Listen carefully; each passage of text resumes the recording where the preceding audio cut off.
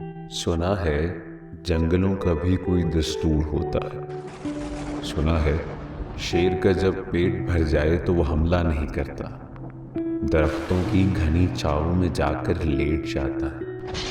हवा के तेज झोंके जब दरख्तों को हिलाते हैं तो मैना अपने बच्चे छोड़कर कौवे के अंडों को परों से थाम लेती है। सुना है घोंसले से कोई बच्चा गिर पड़े तो सारा जंगल जाग जाता है।